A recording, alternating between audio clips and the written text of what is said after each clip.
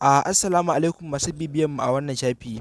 Har yau mun ƙara kawo muku takaitaccen hirar da aka yi da injiniya Rabi Musa Kwankwaso akan marin da Dr. Abdullahi Umar Ganduje ya ce zai masa, inda yake bayyana cewa tabbas duk wani ɗan siyasa da yake siyasa a faɗin Najeriya tabbas yaran shi ne. To tukunna dai mai sauraro, idan wannan ne farkon isowarka a wannan tata mai albarka, da kada ka manta ka danna mana subscribing kana ka danna mana alamar ƙararrawa, domin ta haka ne za ka iya samun sabbin shirye mu idan mun ɗora.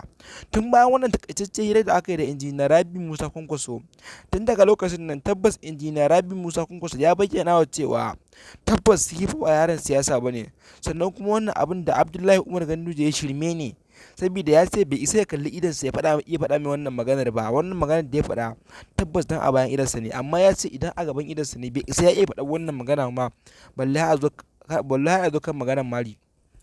To mai saurare, ka biyo mana izuwa ƙarshen wannan bidiyo don samun ɗan gajeren wannan bidiyo da aka yi tsakanin injiniya Rabi Musa Kwankwaso da kuma masu tambayarsa.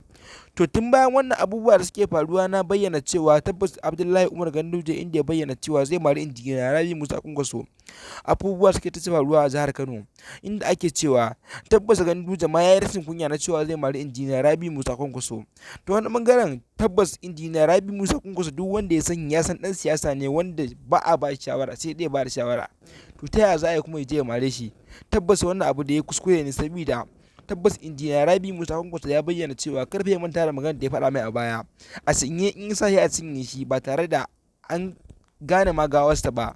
Sannan kuma ya faɗa mai cewa shi ba ɗan daba bane ba, don haka babu wani abin da zai sa mai. Sannan abin da yake faɗa mai kawai dan ya shirin ne, yana mai shi a matsayin nasiha. To mai saurare, kasance da Press TV domin samun labarai dumudumin su a kodayaushe a duk inda kake a Najeriya da ma duniya ma baki ɗaya. Kada ka manta, idan wannan dai farkon isowar ka wannan sata mai albarka, da kada ka manta ka danna mana alamar liking, sannan ka danna mana subscribing, sannan ka taɓa mana alamar ƙararrawa, domin ta haka ne za ka iya samun sababbin shirye-shiryen idan mun ɗora. Mun gode.